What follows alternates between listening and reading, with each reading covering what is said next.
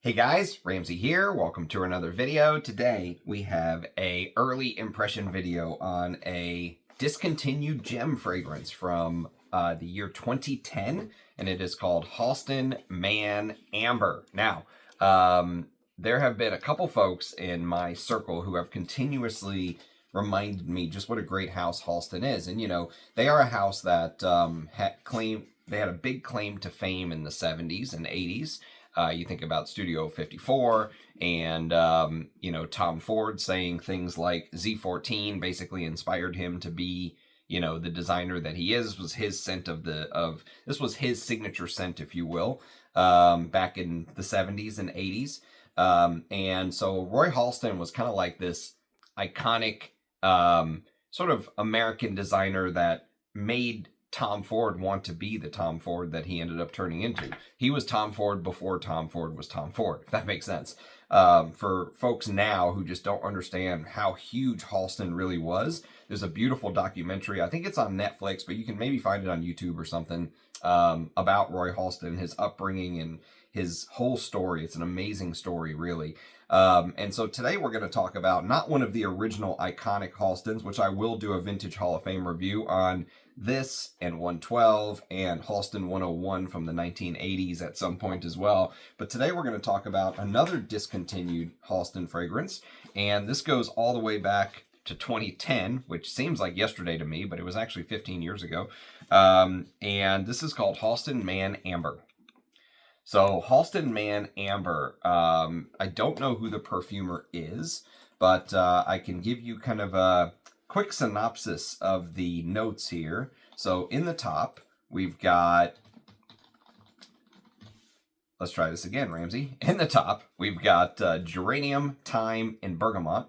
In the heart, you've got amber, myrrh, and labdanum. And in the base, you've got musk, oud, and cedarwood. Okay, so according to Parfumo, interestingly enough, and I actually checked on the Halston website, everything is discontinued. Every single Halston fragrance that's ever been issued is now officially discontinued. I went to halston.com, nothing about fragrances. It's all dresses and, they're trying to sell $500 dresses and stuff like that still. I don't know if that business model is going to work, but all of the fragrances are officially discontinued, which is a shame. So I'm going to do a fresh spray and then I'm going to do a very quick unboxing. And then we're going to talk about this discontinued gem fragrance that is no longer. Really sad to see what's happened to the House of Halston, to be honest with you. But I probably had 10 of these little things, okay? And I've worn this over the last year or so since these were sent to me. And I've kind of really come to like it. If it was originally when it first came out in 2010, it was $60 for, I believe it was $60 for 75 mil, if I'm not mistaken. Joma's shop for a little while had them on sale for $14. I would have loved to grab a bunch of them. Now you see them on eBay for between $200 to $250. So don't pay that. I'll tell you right now. As much as I like this fragrance, don't pay the $250. Really quick, let's just do a very quick unboxing. All right. This was sent to me by Abhishek. So very kind of you, my friend. Let me show you what we have coming here. So here's what we have.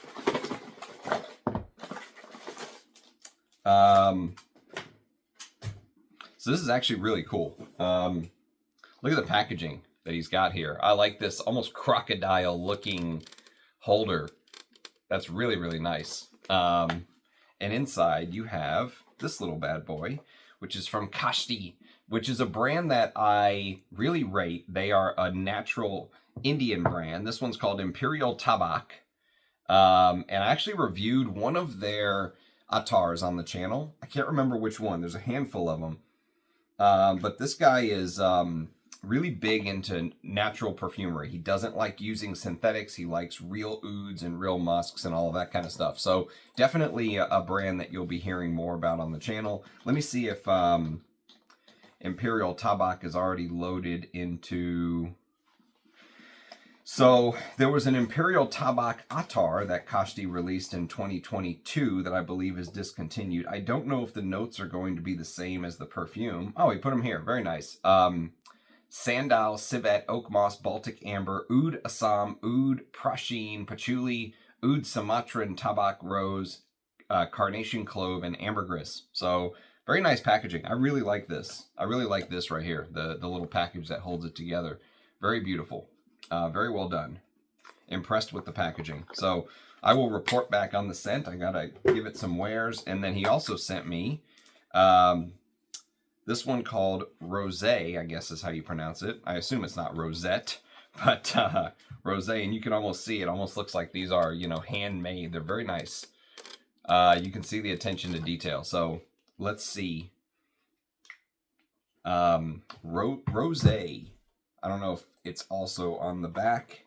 Is it? Yes, it is. It is Castoreum, Tabac, Benzoin, Myrrh, Cypriol, Apopanax, Hyraceum, Patchouli, Vetiver, Aldehydes, Geranium Spices, Tuberose, Plumeria, Rose Otto, Turkish Rose, Nagarar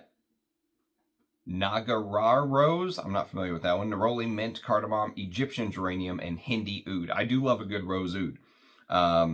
And so I am hopeful for both of these. Then he also sent me some really nice attars, which one is Gardenia, one is Arte, Antíca, and the other is Fragrant, Poetica. So very nice.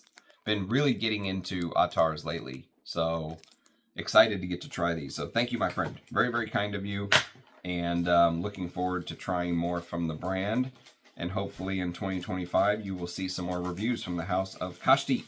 Okay, so let's talk about this designer, Halston Man Amber. So it's interesting because when I look back on it, you know, 2010, as I said, seems like yesterday, but it was actually 15 years ago. This scent to me just seems like it was destined to fail, you know? Like it was never set up for success in the first place because...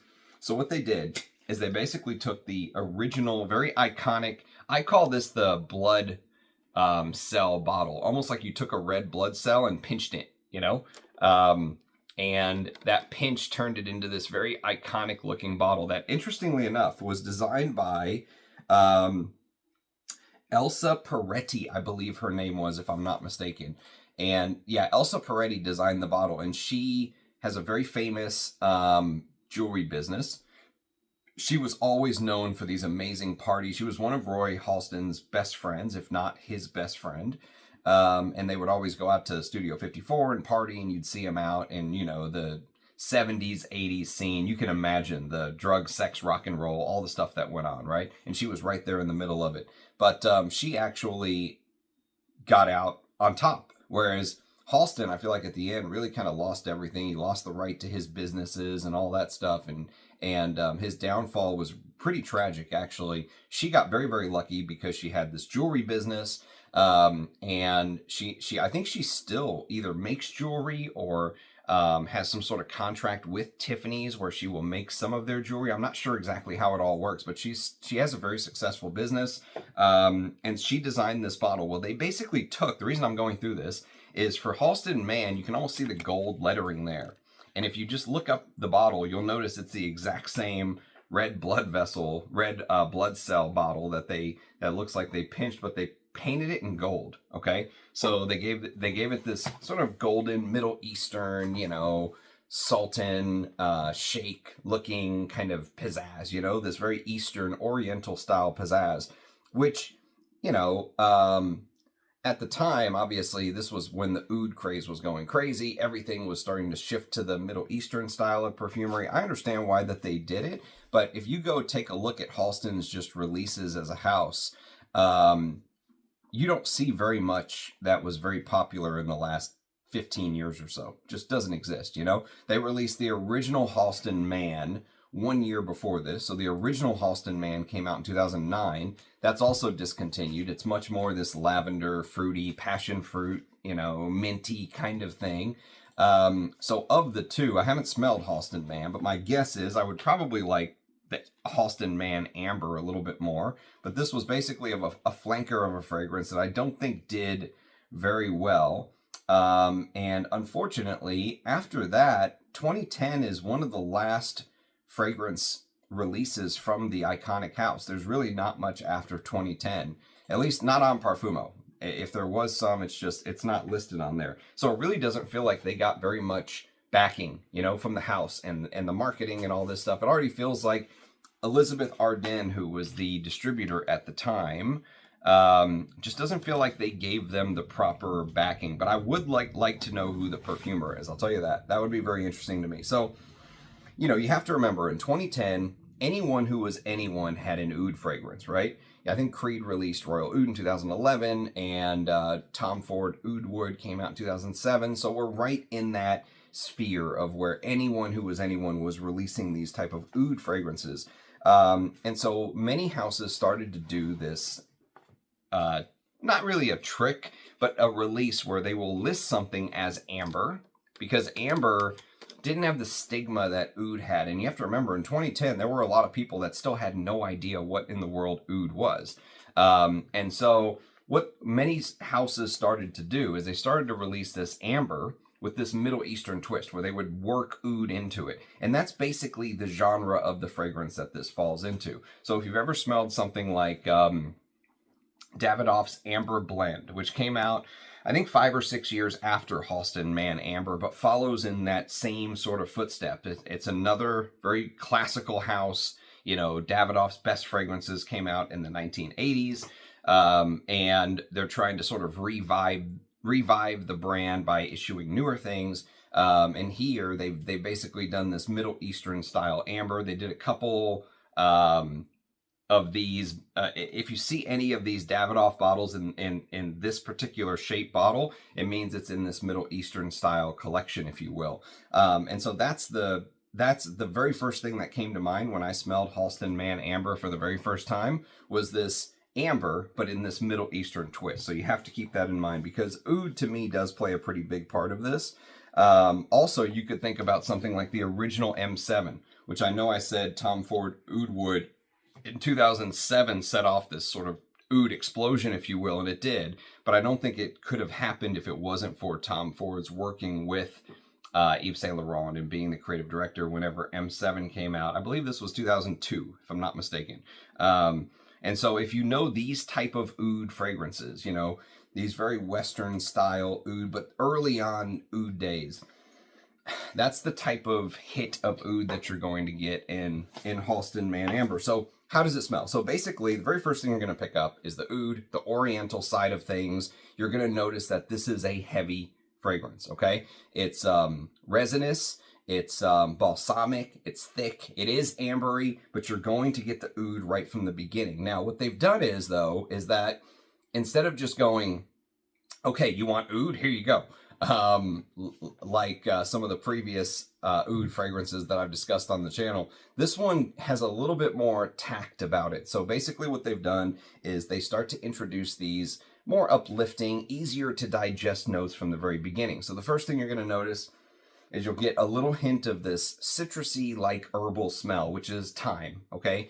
And thyme goes all the way back to ancient Greece. Thyme, to say somebody smelled like thyme apparently was one of the best compliments you could give someone in ancient Greece. It was known as like this good luck charm. They would almost treat thyme very similar to how Christian Dior treated muguet, how he would sew it into the sort of garments of his models for good luck and stuff like that with the lily of the valley.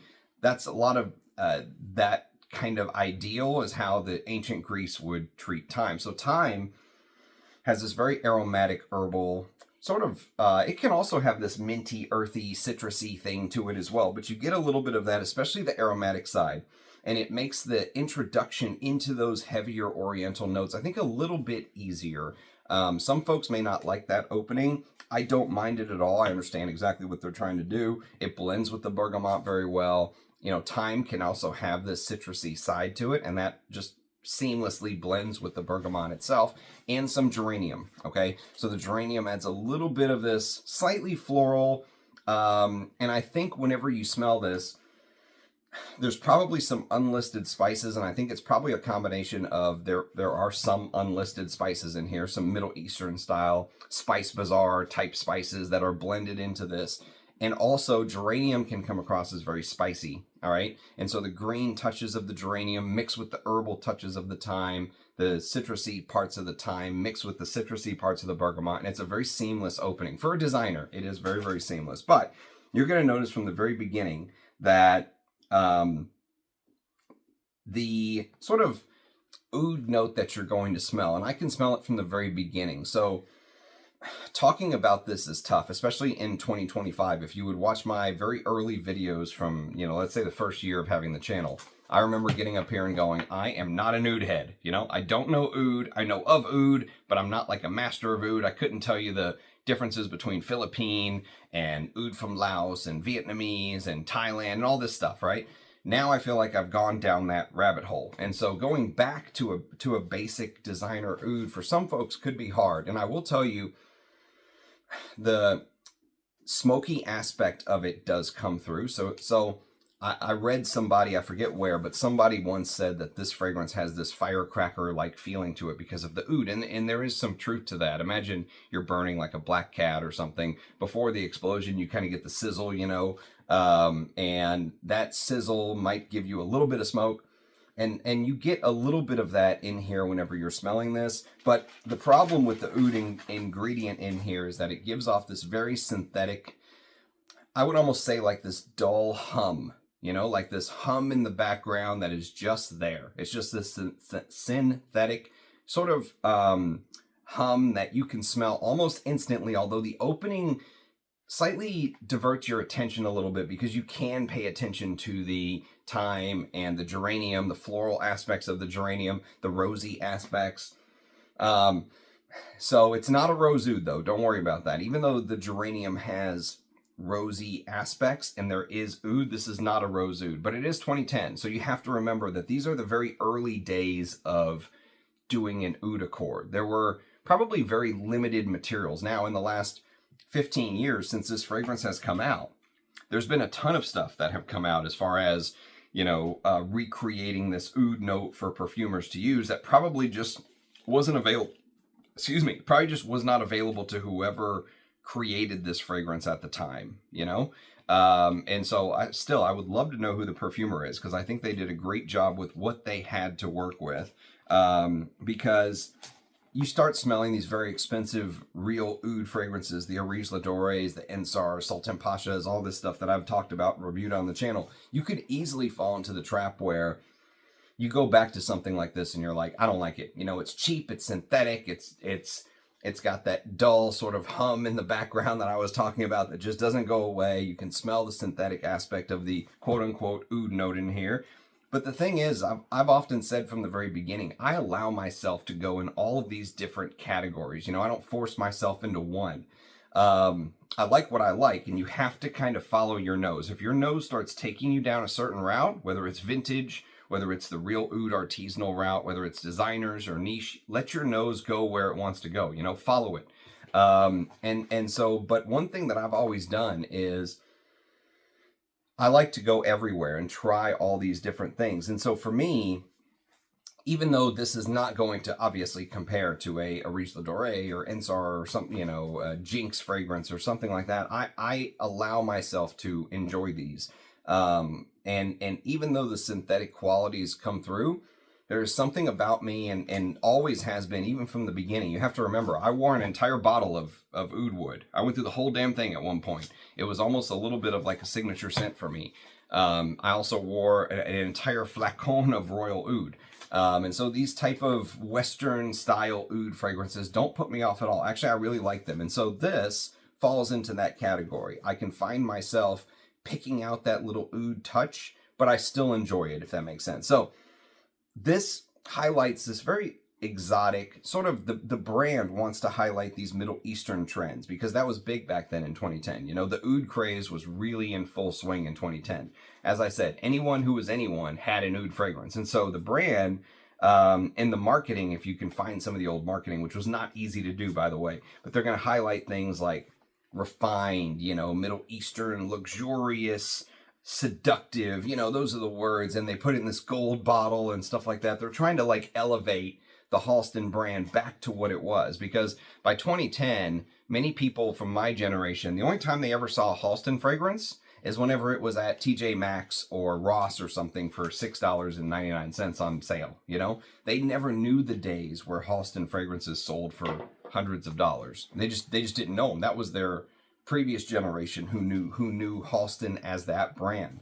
And I think part of it, if you watch the documentary, you'll understand whenever he went into JCPenney, people started to view the brand as cheaper, whereas before they viewed it as a much higher upscale type brand.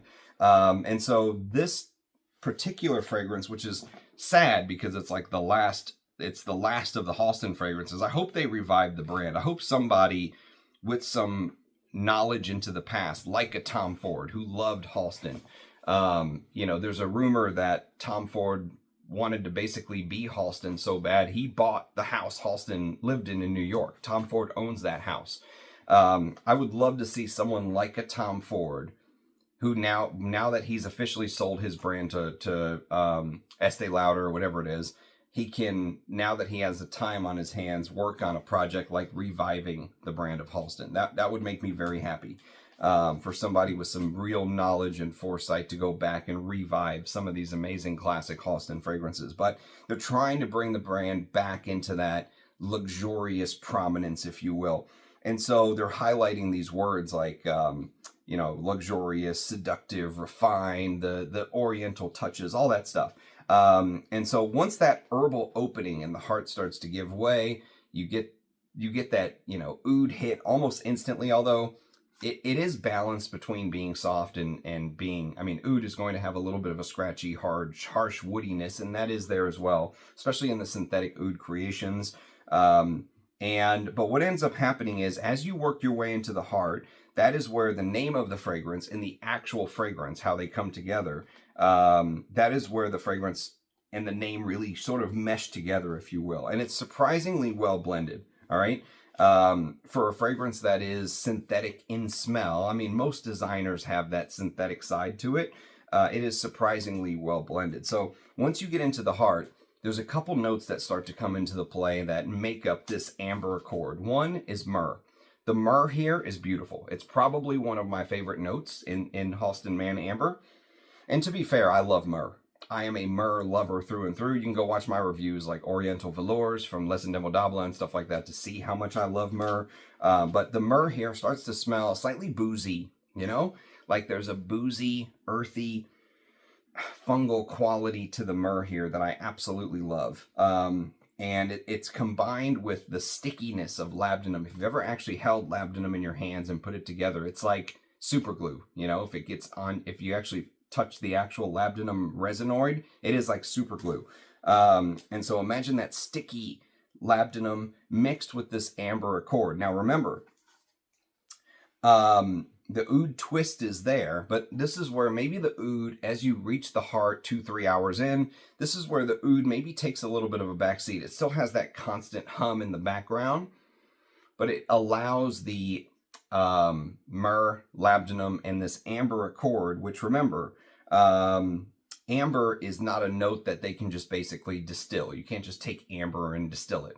Well, some say that you can find some 15 million year old amber that was stuck in a tree or something from the dinosaur era, whatever, and distill it. But the reality is most amber accords you're going to smell are made up of things. They're made up of styrax, myrrh, labdanum, all this stuff to create the accord. Sometimes castoreum or all this different things, right? And so it's an accord that the perfumer ends up making. And so here, the amber starts to feel pervasive. It starts to feel a little bit more penetrating, whereas the oud in the background has that constant hum. The amber accord with the myrrh, that boozy, style myrrh that comes through, which I adore. And it really starts to kind of become front and center. It penetrates the scent without being invasive, if that makes sense. It doesn't feel overwhelming. It doesn't seem to weigh you down or anything like that, at least not to me. And so you start to get that balsamic amber accord, and that's where the character of the perfume really starts to shine through. I think that's where they ended up getting the name from. And even though they use these Middle Eastern trends, which were very popular at the time in 2010, it's really that balsamic, oriental, ambery heart that gives the fragrance its name, okay? And at the same time, it amplifies the ambery side of it, while other parts of the fragrance seem to kind of soften down. So there's like this balancing act that's going on. That's why I say, I think for a designer, this is pretty interesting work, Obviously, I don't own a bottle. I've only been able to wear these little samples that were sent to me, but I probably have gone through 8 of these little samples, if that makes sense. And so I've probably had a chance to give it 3, 4 wears. I can't remember exactly, but I've worn it multiple times. Each time I wear it, I probably use 2 of these. You know, sometimes I over apply, but so I think I had 8 to 10 samples. And I like the fact that, you know, even looking back at it, sitting where we are now in 2025, it doesn't seem cheap to me. You know, it doesn't seem like some sort of cheap Middle Eastern clone. It seems like a quality product. It seems like Halston was trying to put out a quality product and get the life cycle of the brand back to where it was. Unfortunately, they obviously failed.